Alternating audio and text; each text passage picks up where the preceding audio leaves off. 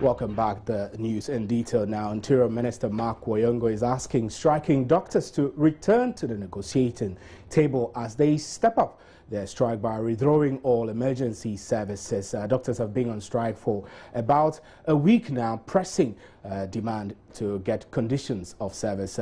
Today, reporters have been going around the country gauging what the situation is. And Mark Woyongo also visited the police hospital.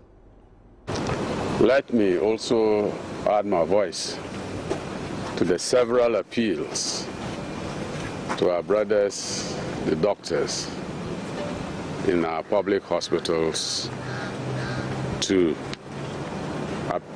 return to work whilst the negotiations go on. Life once lost cannot be replaced. So I want to make this passionate appeal to my brothers and sisters who are doctors and who are on strike to return to work whilst the negotiations continue. I want to commend the director of the hospital and all the doctors, the nurses, the staff for the sacrifices that they are making to save lives. Some of them, I'm told, have had to work 24 hours. And I want to commend them for the sacrifices that they are making. We will also be looking at ways of motivating them during this period. So I'll be talking with the director, the IGP, to see how best we can motivate these doctors and nurses who are doing overtime to save the lives of our brothers and sisters.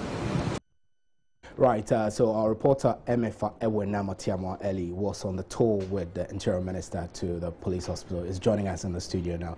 Emefa, how are you? I'm good. Great. So you observed the situation there at the police hospital. Describe to us how you saw the health workers there coping with the numbers. Yeah, like we all know, because of the strike, there were fears that if you should go to this hospital in particular, which is the police hospital, you should see overwhelming numbers of patients trooping in there.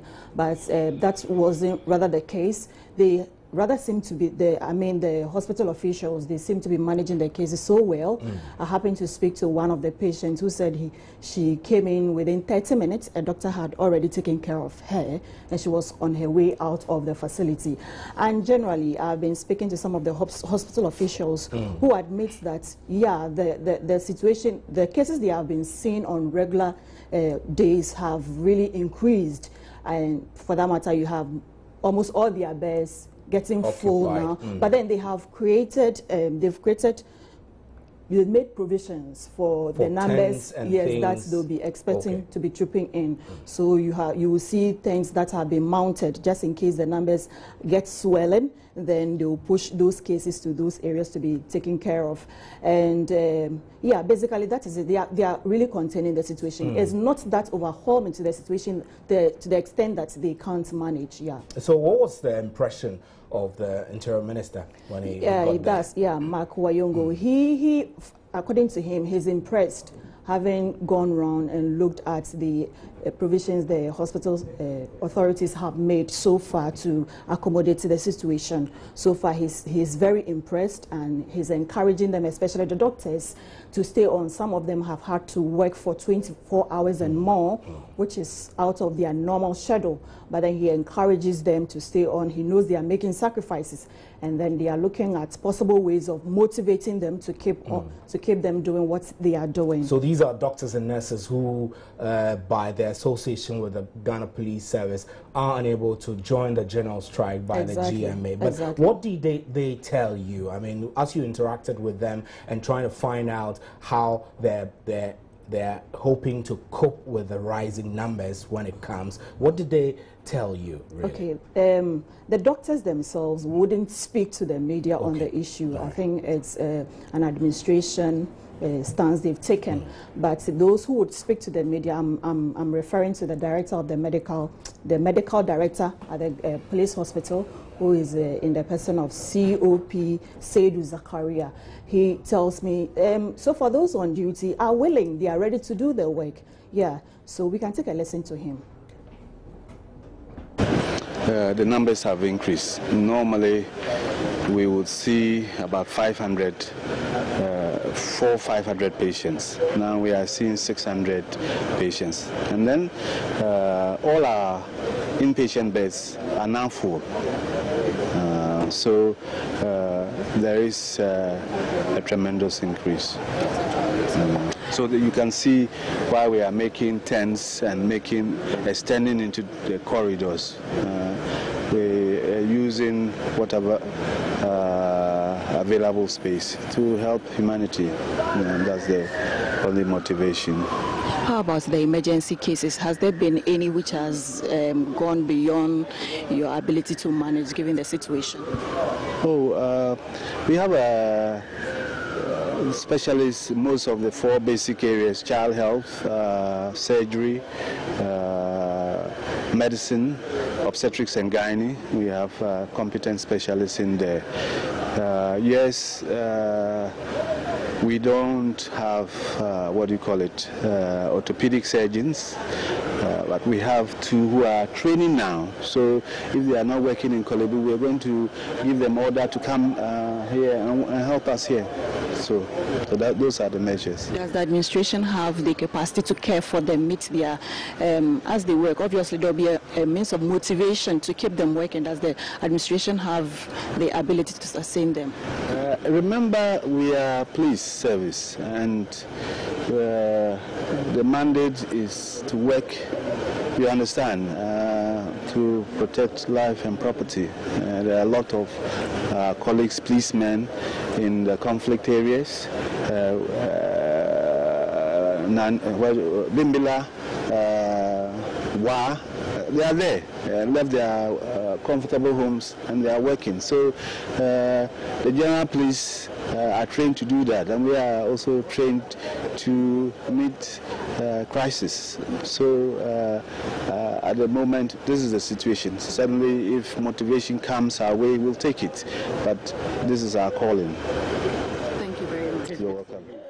Right, so that was the medical director of the police hospital, Commissioner of Police, Zakaria. So, Emefa, you raised an issue of the capacity to sustain the situation. I mean, when we were interrogating that matter, we learned that the police service was fixing tents outside and all of that. You mentioned it already, but tell me, what did you observe in these tents? Were you able to go into any one of them? Yes, we did. We went around. In fact, there are beds in there, well-lit beds, but there weren't any patients in there. In other words, they haven't had cases so much to the extent that those tents would be used now. But then they are there just in case there's the need for them to extend their services. Yeah. And then I was also worried about the doctors, especially for those who are staying on and are working for 24 hours. Exactly. They are humans, and it's likely they will break down. So the question is, how are you going to keep them on? You don't know how long this strike is going to last. Okay. And then he tells me they have made calls, they have made appeals to nurses and other doctors who are in training but then are ready to work, are ready to learn, who would come in occasionally to assist for the meantime. But there's also a general call out there. If you are a private doctor, you'll be looking at the situation, you think you want to help, yes, you can come in to do that. Yeah. So all of those people are being invited on board. So were you convinced by seeing these things that these arrangements were enough to contain the situation, at least temporarily, until government has a solution to this impasse with the Ghana Medical Association? Yeah. From what I have observed on the ground, I think they have done fairly well. Even beds, if you should go to the maternity ward, though the main wards are full, they have extra beds on the corridor, which wouldn't have been the normal situation. But just to be able to accommodate all these cases, they've made those provisions for the additional cases that are coming in. So those people are being taken care of.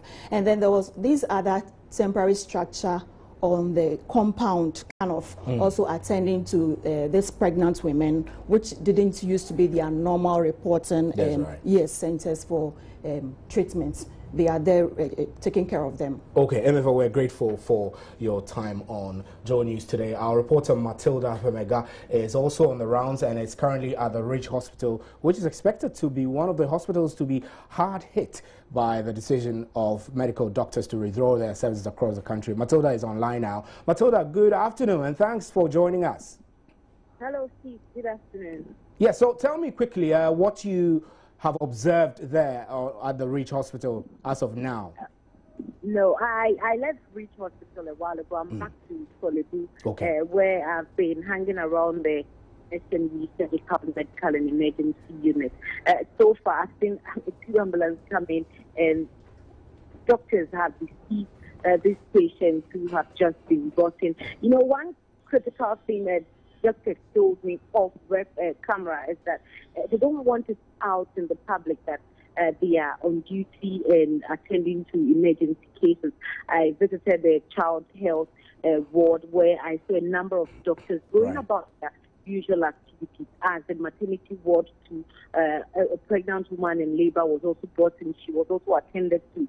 So the doctors are going about their usual activities, just that the OPDs still remain closed, but the emergency cases that are coming in here as the Kolebu Teaching Hospital is being attended to, Steve.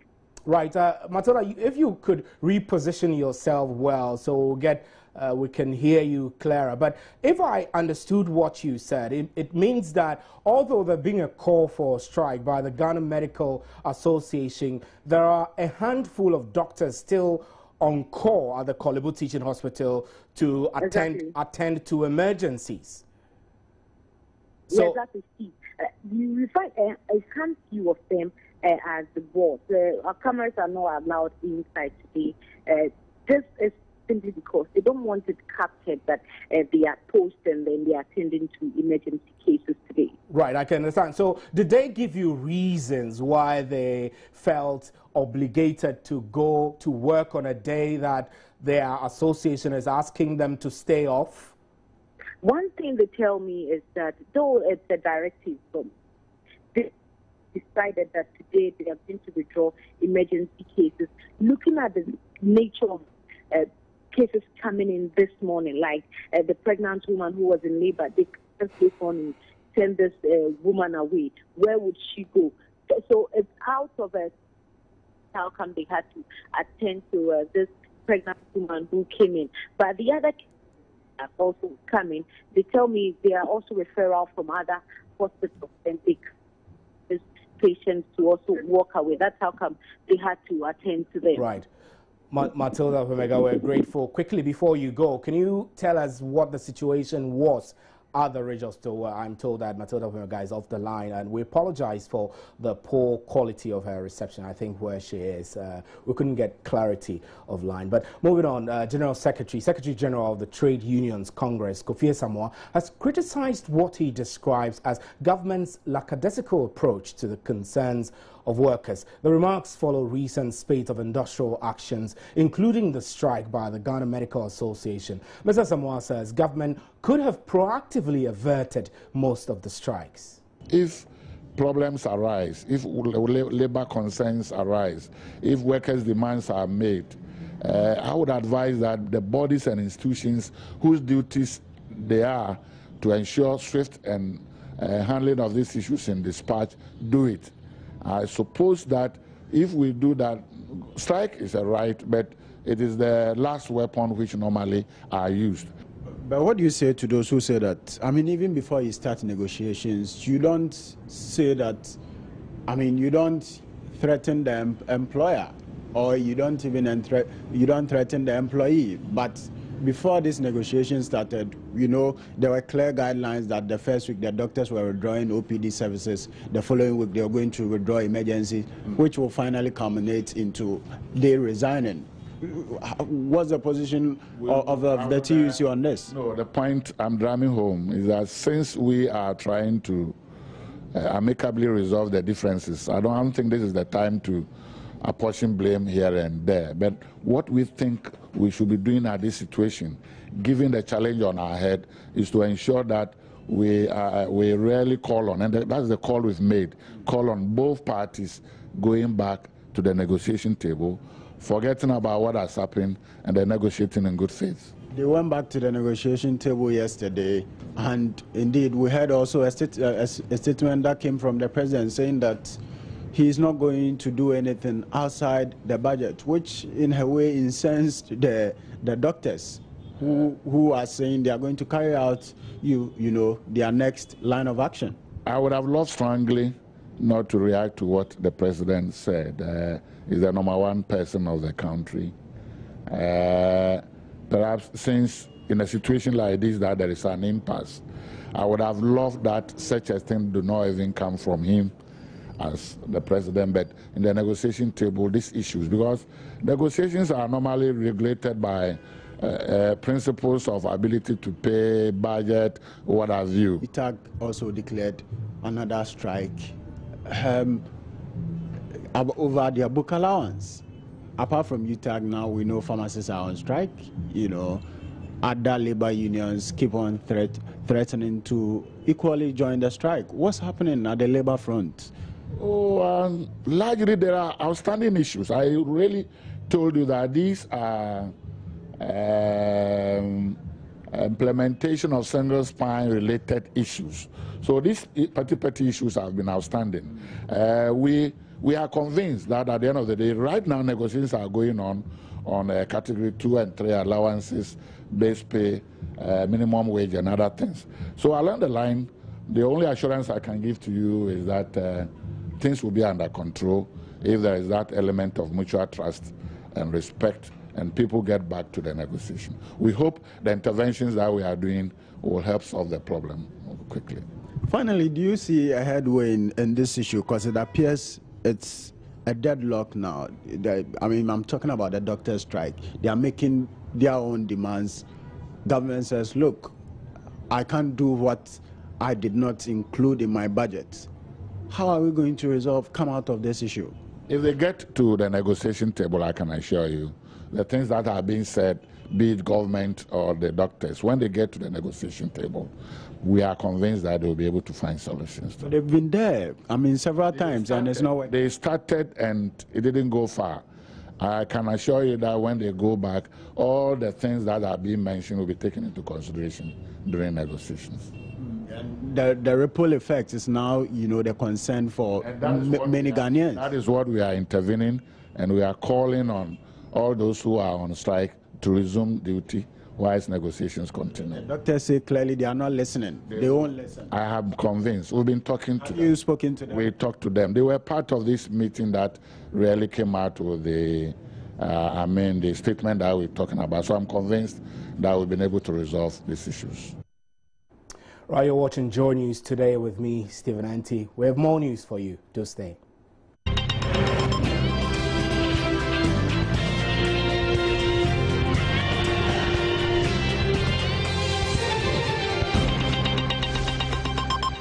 You're still watching Joy News Today with me, Stephen Anti, and to some other news. President John Dramani Mahama has opened part of the Kwame Nkrumah Circle interchange this morning. Our reporter Latif Idris is therefore joining us on the telephone line now. Latif, good afternoon.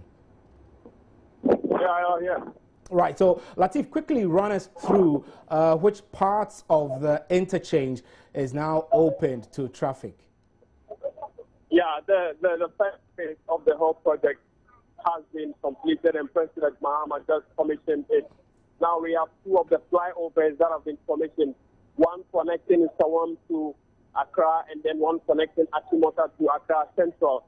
Now, if you come here right now, it's all joy and jollity because the section connecting Accra Central to Achimota has already been opened. It's been used and motorists are expressing joy. Even pedestrians who are here in their numbers are also happy about the situation, and it's full of happiness. People are very happy about the situation, and they commend the president and this administration for the work done so far. So what is the president saying? Say it again. I'm asking what the president said.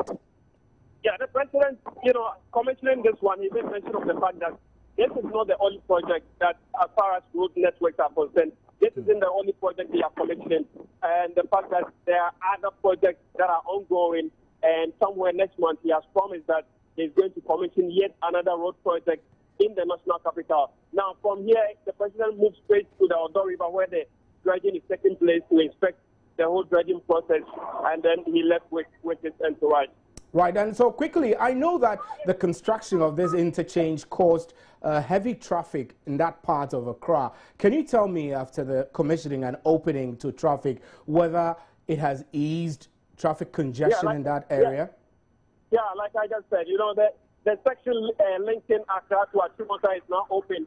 Now, the other section is not open because we still have some equipment there, so that section of the road is not open. The one linking Achimota to Accra Central is open, and so the traffic situation is easing a little bit compared to what we used to have in the past. Now the cars are moving freely, and motorists, I can see some journalists speaking to motorists here, and they are expressing joy. They are in their own way saying that now the situation has come down, traffic situation. When the other side is also open by, say, 6 p.m. in the evening, then it's going to make a very huge difference as far as the congestion that has characterized the national capital is concerned. Right, Lateef Idris, we're very grateful for your time. Earlier in the day, Lateef Idris spoke to some people around the area to gauge their opinion and views on the matter. For this thing to be open by this time, because we got to notice that it's connecting from Dankwa Circle to this place to in front of Hammock, and then you've not finished with all the roads, you've not finished with all the four corners. So how can you open from Circle to Accra whilst you've not finished with the other roads? And then the reason is that I don't even understand that why the political flag should be shown there. Is it for the nation or it's a political party? This thing is for a nation. It's not for a political party, so they don't have the right to put a political party flag there. Because the roads have to be finished. They don't finish the first one, second one, third one. So why must they open this main road? We don't understand. But the sense behind all this is to ease down the traffic situation in the national capital. Don't you think it is just prudent to ease the traffic situation by opening part of it so that when the others are done, everything will be commissioned as a whole? It is partiality. A contractor does his work before. If you want to kill a fowl, you cut the head of a fowl before taking off the scales, because you can't tell me that you've done one part of the road, so you're opening it. So what about the others? Bridgeway they make right now, the traffic is come down, so we are sure that if we finish, all to be okay for our drivers. It's good for us because it will reduce down the traffic. Yeah, it is fine because I was coming from Achimota right now. There is a lot of traffic, but I think this one will help us. In fact, it's very marvelous that the president has come to commission one of this thing. We were not expecting that these people can complete this job as early as we thought. But since he's come to commission one of the roads so that the vehicle can easily move, I mean, we are proud of that. Because this project is actually for the country. So when we see the NDC flag, in fact, it makes some of us very because it's for the country. It's not for a party. You see, but it's rather unfortunate that we see all these things. But I mean, since he is in power and his party is in power, I mean, there's nothing we can say. I'm very happy about this project because formerly this place was very, very congested. But as we've been promised that this place will be, done in this, as we are seeing it, we are very happy now that today the president is coming to, inaugurate the first phase of the project, and everybody is happy about it. Away from the capital, police in Kumasi have intercepted a large consignment of substances suspected to be Indian hemp. The 500 slabs were stuffed in a fuel tanker traveling from Kwame Danso in the Bunahafo region to Kumasi. Mahmoud Mohammed Nuruddin reports. The police intercepted the tanker full of substances upon a tip-off. The driver, Kwabna Alex Nung, and an accomplice, Martin Jemfi, on board the vehicles attempted to bribe the police with 10,000 Ghana cedis. In the course of our patrols last night, around 11 o'clock, upon a tip-off, we came across this vehicle, which is loaded with Indian hemp, as you have already seen, coming from Kwame Danso towards Kumasi. The vehicle was intercepted around 2 o'clock, and a search revealed this number of suspected Indian hemp. Meanwhile, the driver of the vehicle, Kwabena Alex Num, and an accomplice, Martin Jemfi, who bribed the police with 10,000 Ghana cedis, have also been arrested. And the 10,000 cedis with the police. The substances were offloaded at the Regional Police Command, attracting several onlookers. The police in the metropolis say their efforts to rid the city of criminals would continue unabated, explaining that hundreds of suspected criminals are currently in police custody for committing various crimes. I think KJTR and its environs was inundated with criminals after the demolition of KJTR.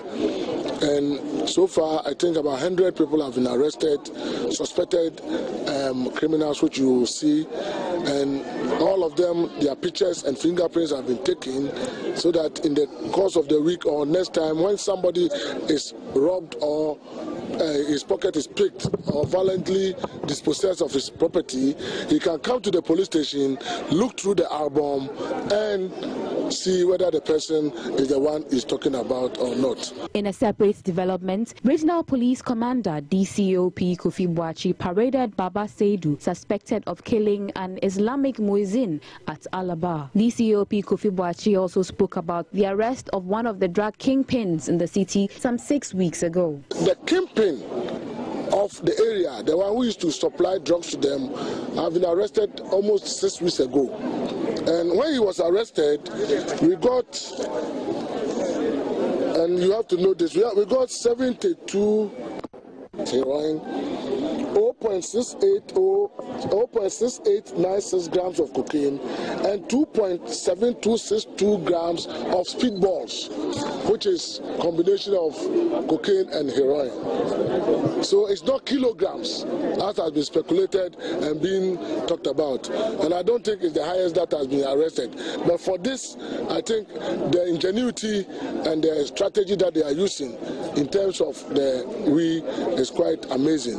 The police are insisting that the establishment of a rehabilitation center at Tinker Island to rehabilitate drug addicts would help in the fight rather than send addicts to prison. Our problem now is a matter of rehabilitation. Most of the guys there are drug addicts, and sometimes we arrest them and they come even and soil the police station. The last time we arrested them, some for loitering, some for even possession, but the judges in their own wisdom find them 120, 100 Ghana cedis, and they couldn't even pay, and eventually we have to release them because they are not fit even for the prisons. What they are fit for is rehabilitation center. Let's now go to Quill South to the rapidly developing story of the district chief executive who used pepper spray on some NDC executives during a meeting there. This morning, the executives were remanded into police custody and charged with stealing a mobile phone and 800 Ghana cedis belonging to Joseph Omari Sasu, the DC. Let's now go on to the line to speak to our correspondent, Kofi Siao, who is joining us now. Kofi, good afternoon. Good afternoon. So what's the latest in this story? Well, the latest is that some angry NDC youth in Praeso or the Kwahu South constituency this morning, as at the time the court was also sitting, besieged the premises of the Kwahu South District Assembly, and they were demanding that the president remove the DC, Joseph Omari Sasu, from office. So the police had to come in to ensure that law and order was maintained. And again, with the court issue, the court this morning remanded 5 of the constituency executives in Kwahu South here.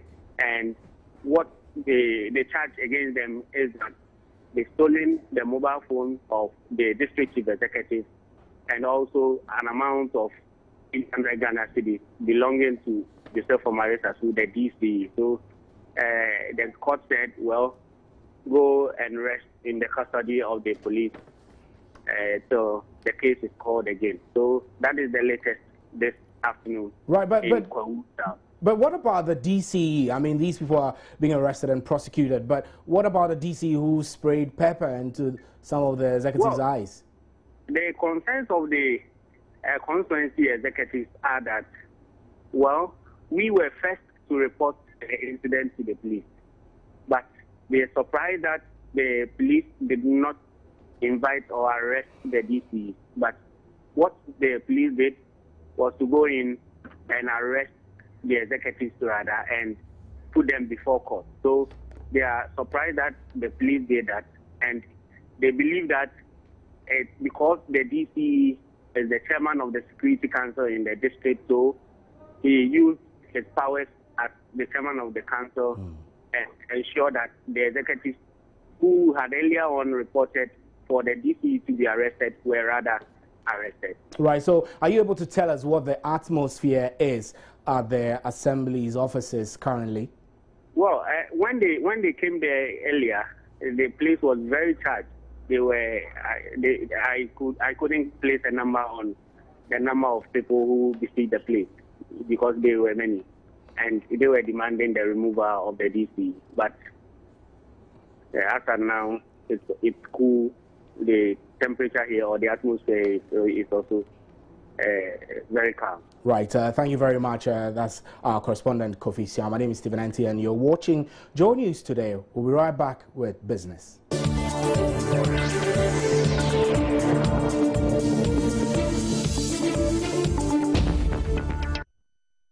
Welcome back to the business segment. Now, clients of GT Bank can now fulfill their insurance needs using their Visa or MasterCards everywhere they go. This is because GT Bank has deployed its web-based platform GT Pay and point-of-sale terminals to enterprise insurance branches nationwide. Managing Director of GT Bank, Lekan Sanusi, says the move will help deepen the insurance penetration in the country while satisfying the needs of their customers. Partnership between GT Bank and Enterprise Life Insurance allows clients to benefit mutually from the technologies of both institutions. Clients of Enterprise Insurance can walk into any of the 31 GT branches to pay their motor insurance premium via the bank's GT Collect platform. Enterprise Insurance, they have this online platform where people can buy insurance online, but they still have to make their payments through the traditional method. So what we have done, and GT Bank has these electronic payment platforms. So what we have now done is to marry our electronic platforms with the online channels of booking insurance. For Enterprise Insurance, the move allows clients to seamlessly access their insurance products. We have, in the past, tried to put certain things on the internet so that you can work with this internet. But you go in there, we give you a quote that this vehicle or this building that you want to insure will cost this much. However, when it comes to you paying, you still have to come physically to our offices and pay with a slip that you have for the internet. But with this partnership, what is going to happen is that you can do business with us without stepping foot in an office of Enterprise Insurance Company. And telecoms provider Airtel is set to create about 2,000 jobs for unemployed youth in the ICT sector by close of the year. The telco on Wednesday launched the Airtel App Challenge, an initiative to empower app developers in Ghana to come up with innovative mobile applications that directly touch individual customer needs. Airtel Ghana believes the initiative underscores its belief in empowering people. Airtel Ghana, in partnership with Sengtel and Samsung, launched the application challenge for startup developers, designers and geeks to create innovative smartphone applications. The 5-month Airtel App Challenge will see participants develop consumer-centered mobile applications that will leverage on mobile network services. We are exposing those young developers to all Airtel, which is the third biggest OPCO in the world.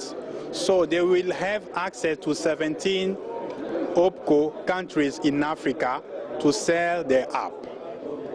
So it's about getting winners for Africa, for Ghana, and then they will move to Africa for the Africa part of the competition, and then they will be moving to the worldwide part of the competition.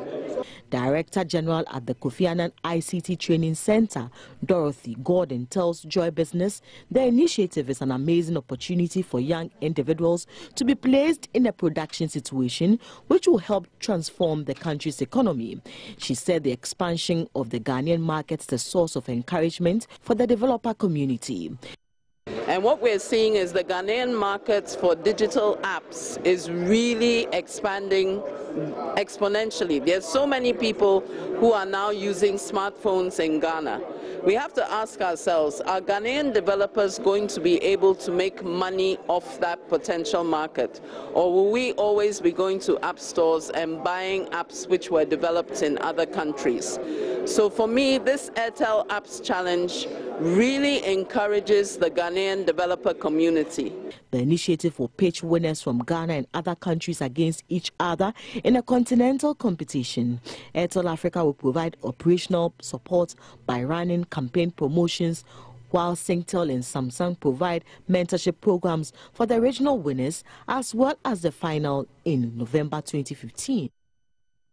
And Multi-TV's Habitat Fair has opened in Accra. The fair is intended to offer a platform for stakeholders in the real estate sector to display their products. Our reporter, Ni Akrofi Smart Abe, is there now and is joining us on the telephone. Smart, good afternoon. Hi, good afternoon. So what's happening at the fair, today being the first day? Well, we just had the opening ceremony, so currently we've gone around the stalls. I have also gone around a few of them. What's happening right now is a lot more people are coming in, visiting the stalls, getting to interact with the exhibitors, finding out what they have on offer. One interesting thing I've noticed so far from some of the interactions I've had is just as we had from the previous clinics that we did at the Junction Mall and at the West Hill Mall, some of the exhibitors are still giving discounts offers here, even at the main fair, which is running till Sunday. So that has attracted quite a number of people. It's not so very busy, probably because it's a working day and it's in the afternoon, but we're expecting that the numbers will pick up later on in the day.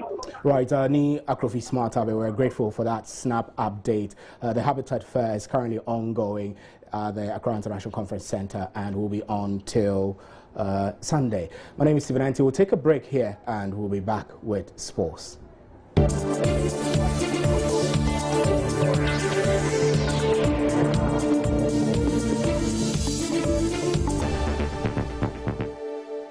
Now to some international news now. Gunmen on motorbikes have attacked at least 2 hotels in the central Malian town of Sevari. Witnesses have told the BBC residents are now hiding in their homes and it is not clear if there have been any casualties. Witnesses say we've heard someone shouting into a loud hailer that everyone should go inside. Then we heard machine guns. That's one resident said to the BBC. Sevari has an Air Force base and some UN peacekeepers are in town. The BBC's Alex Duval-Smith in Mali says the town, which is about 600 kilometers northeast of the capital Bamako, is a trading hub that serves the historic riverside city of Mopti.